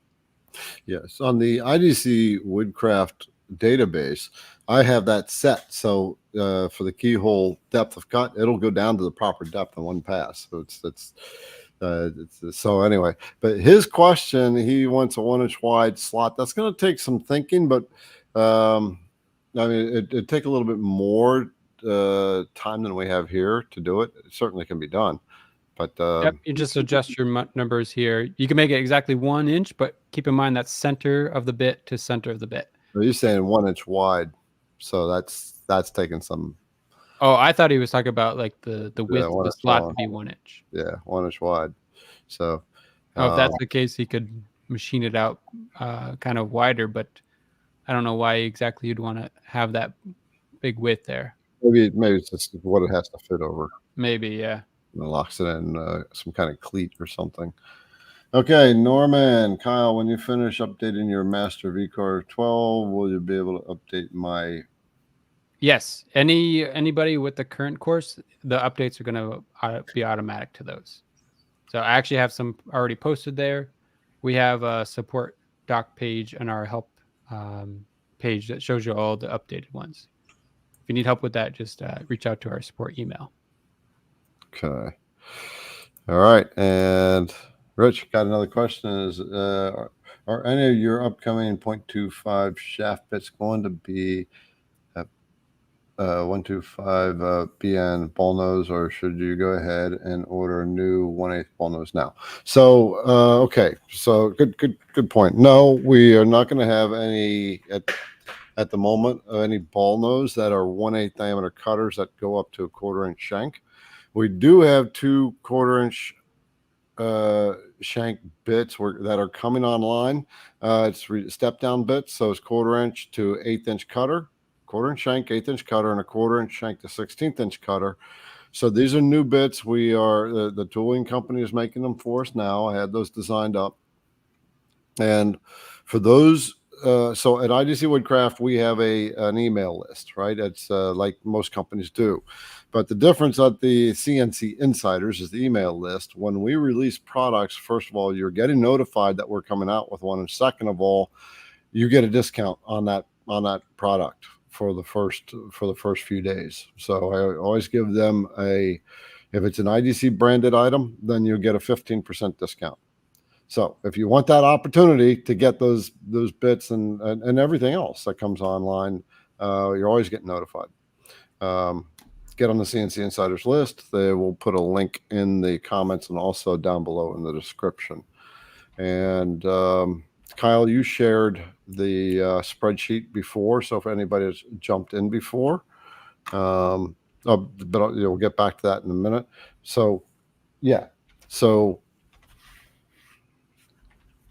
we got 2 bits coming, and we got another bit that I redesigned and tested and came out really, really good cuts, like amazingly good cuts. And when that comes out, you'll be notified of that as well. And I think that's something that most people will want when it comes out. So get on the CNC Insiders list. Plus, I got a lot of discounts that you can get. I'm always talking to companies and getting discounts, but they're pretty exclusive to CNC Insiders. All right, Kyle, what you had the spreadsheet that you created. Let's bring that back up. Yeah, let me bring that back up. Yeah, so this spreadsheet, I basically went through every single toolpath that is available in Vectric software and just wrote yes or no if all the things that are able to do with this toolpath. I explained some use cases you can use for each toolpath and which softwares they apply to, and if they do closed or open vectors, if you can do automatic selection, which is what I was talking about earlier with layers. This is how you can automate your toolpaths. I do have lessons on that on my YouTube channel if you want to check that out. If you can project a toolpath onto a 3D model, and then which CNC router bits the toolpaths apply to. So some of them you can use, some of them you can't use. So I laid that all out here so you could get this spreadsheet and just a little cheat sheet for all the toolpaths. All right.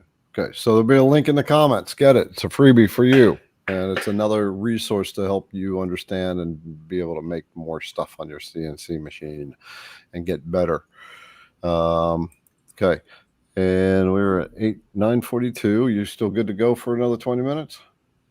Yeah, that should be good. Okay. All right. So there's still 36 questions in the queue. We are not going to get all 36. We're trying to buzz through these, but so Lawrence, form tool. I have a form tool that does not match the tool path. The rise radius quarter inch, and the width is 0.625. The tool database has 0.675. How do you change the database? Yeah, so you'd have to re-enter that as a form tool. Yep. And to do that, you just draw the right side of the bit to exact size. You can draw the whole bit and then cut it in half, but you need that right side of the bit. And then you enter that. You select it and open your database and enter as a form tool. And it'll automatically bring that in. Yeah, you can't edit it after it's already been made. You just have to make a brand new one. Yep. Okay. Diane made a comment. She said she loved that spreadsheet. Would love to have that spreadsheet. So Diane, the link will be in the comments. If you don't see it in the Facebook comments, then you can come over to the IDC Woodcraft YouTube channel and get it from the comments here. Okay. And just want to remind you, because Kyle is getting married next week. All right, so the girls, I'll bring Julianne out again. You guys can tell them what it is, and just remind them and tell them what the discount code is, because Kyle doesn't know. We've actually made it especially for Kyle and his fiance, right? It was inspired by the whole carving initials in the tree. So KB for EVR. KB forever. Yep. Yep. So up until 11 o'clock Eastern Standard Time tonight, that code will be good. Give you 10% off, and 5% of that is going to a gift for Kyle that the girl's going to go out shopping for Kyle and his bride. And also today is the last day for the free file from IDC Woodcraft. So if you get something, anything over $30, this is free up until midnight tonight. So it's a nice 3D carving of the Great Seal of the United States. And you can make it any size you want. It's nice detail too. All right. I'm going to have to make that carving now. KB forever. Oh, yeah. Yeah, absolutely. All right, Dean.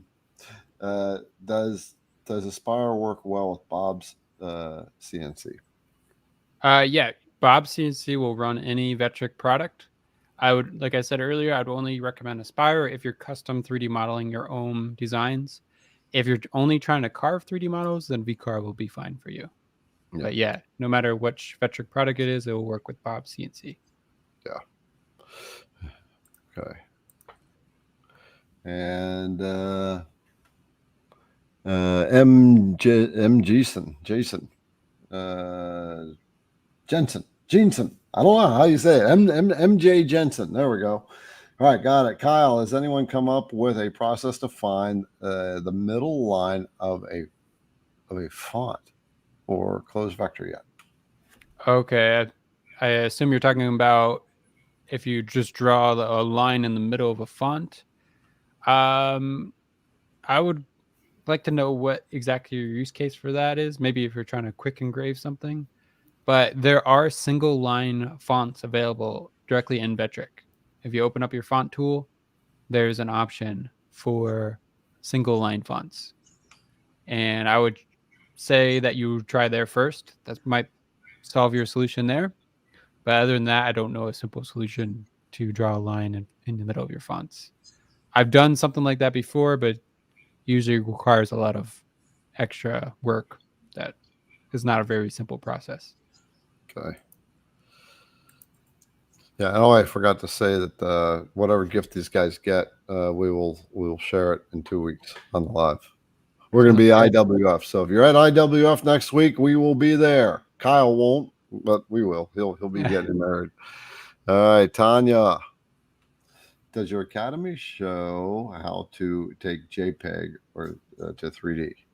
Yes, in my live membership, we've done several lessons on that.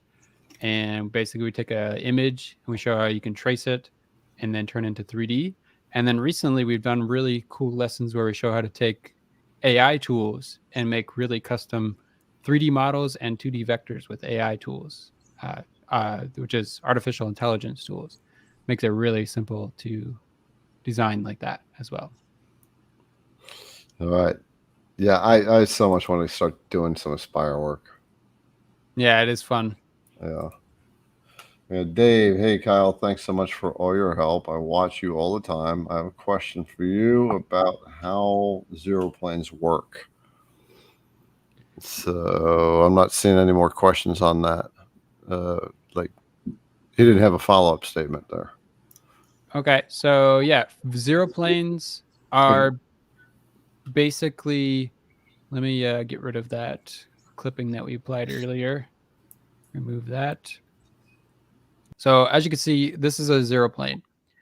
And basically all it is a flat shape.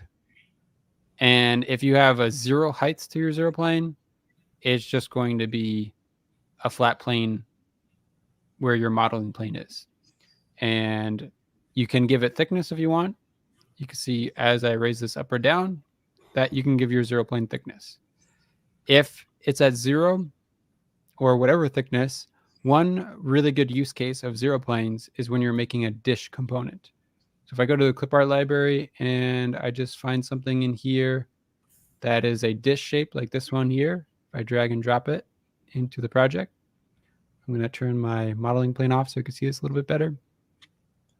You can see it gets a nice clean line where it connects to that zero plane. If that zero plane was not there, I can turn that visibility off. You can see the line on the edge gets a little jagged, and that will show up in your toolpath as well. So one really good use case is just to clean up those edges of a dish component. See, when I add that, it cleans that up really nicely. So that's usually what I would use a zero plane for. Other use cases would be if you're using a double-sided model and you're trying to carve both sides of the model, you can turn a zero plane into what's called a limit plane.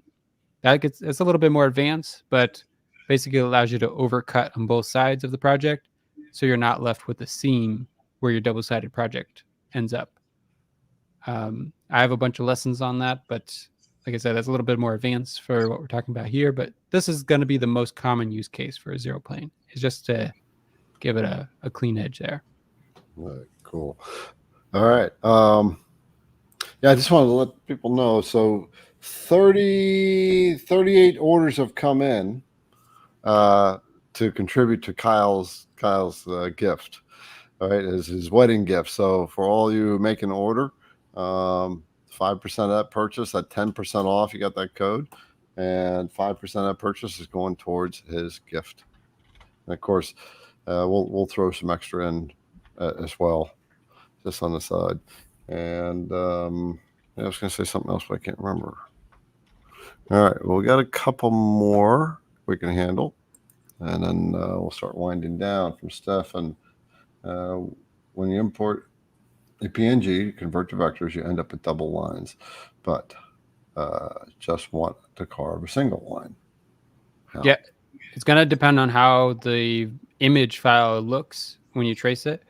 You can just delete the second line if they're not connected. If they are connected, then you can use the node editing, go to node edit mode, and then clip apart the vector lines and delete the inside and then just rejoin it back together. That is another option as well. But it will depend on what your design looks like. So basically, there's no like little shortcut to click and say, I just want a single line going through the middle of whatever it's creating a vector around. Yeah, each design is going to be different. So it's not an easy one to answer without seeing what the image looks like. Right. And Hammer. Look at the little icons on each side of his name. Hammer, you need a picture there. Ordered an alt mill.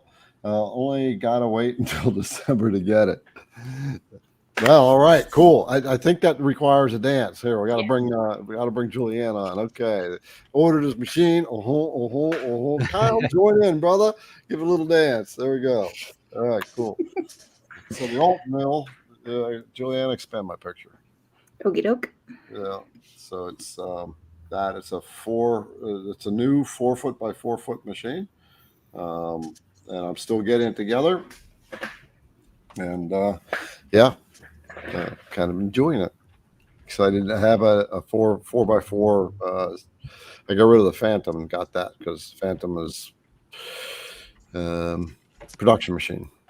And I don't do production, I teach. Okay. All right, handle a couple more and then we will knock off. So Richard, he said he did a 3D picture using the software. When he did the roughing, no problem with that. But when he did the 3D finishing toolpath, it had a pop-up that said out of memory. So what would cause that? Let's see. When I did the 3D, but I had a pop-up that said out of memory, huh? Sounds like that might be a computer issue. I've never seen that happen before. So maybe not enough RAM. Yeah, something like that. That sounds like it might be what it is, the RAM. I would check your RAM out on your computer.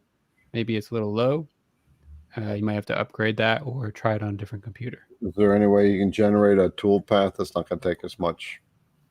Not going to be as intense? Yeah, 3D toolpaths are going to be the one of the harder ones on your computer. 3D texture, picture, the photo VCarve, all those ones are going to be pretty intense on your computer. All right. Okay. Coop, I'm an extreme newbie. Is what I meant. I think it meant. Define pocket, please. I don't have a CNC yet. Oh, such a great question. Yeah, pockets are basically just a cavity that you'll pocket out. So, for example, let's say you wanted to put an organizer for your tool and you make a pocket for it. There you go. Liberty has this is it's not made out of wood, but pretend it's wood. This would be considered a pocket. Yep. Just basically something with a straight vertical wall like that. You can put something in.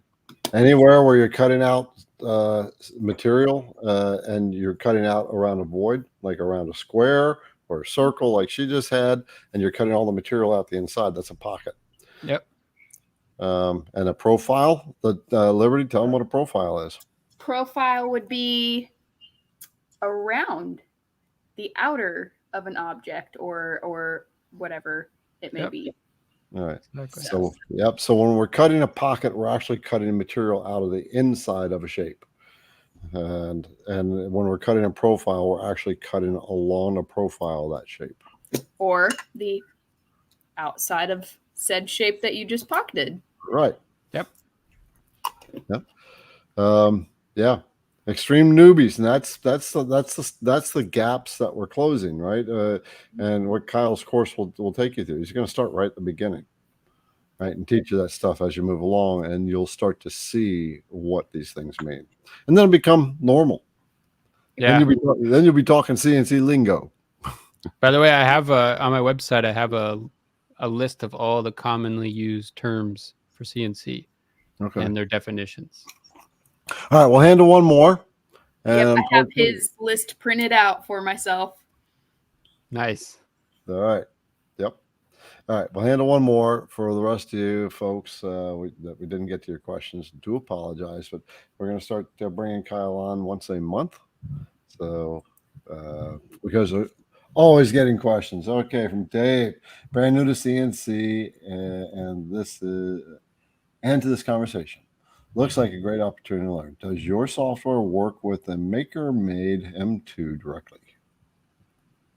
Okay, so when you say your software, I don't know if you're talking about Vectric software. He's got about Vectric. Yeah, neither one of us have software. We just use the software provided by Vectric. I just do the training for the software. So if you're talking about if Vectric software works with maker-made, I'm actually not even sure about the maker-made. I'm not sure of that brand. Yeah. Maker-made is the one that's driven on a chain. Oh, the one on the wall? Yeah. Okay, I did see that one. Probably. I would say it probably does, but you'd have to double check that. Yeah, Vectric does work with most software or with most machines. Yeah, ask maker-made. Yeah, they might even have something on their website mentioning that. Yeah, for sure. All right. Well, we're going to start shutting down here, folks. First of all, oh, no, we're not. Thank you, Julianne, for the upcoming counseling. All the best. For the upcoming counseling. All right, Robert. the man's been down the road. That's such a good one. And Dave, oh my gosh. Thanks, Julianne. I didn't even see these. Or Liberty, whoever's popping them in. We're both doing them. Dave for Kyle's wedding present. I do apologize, folks. I did not see it. That was way down our queue, so that's why I didn't see it. All right. So, yep, Dennis, $10 for Kyle's wedding present. Thank you, everybody. Jeff, $19.99. Thanks for your willingness to teach. And Richard, sorry, congrats on their wedding, $20. Oh my. Terry from Doggone Productions. I love this name for Kyle's gift. The 10. Boy, you guys are just adding it up. From Pete, $10 for Kyle's wedding present. You guys are amazing. Definitely wasn't expecting that tonight. Yeah. Arls, another 10 for your wedding present. And we have Jeff for Kyle's wedding present, another $20. Appreciate everyone. Wow. That's amazing. And I apologize for not bringing that up because our queue was so long, didn't get down to the bottom.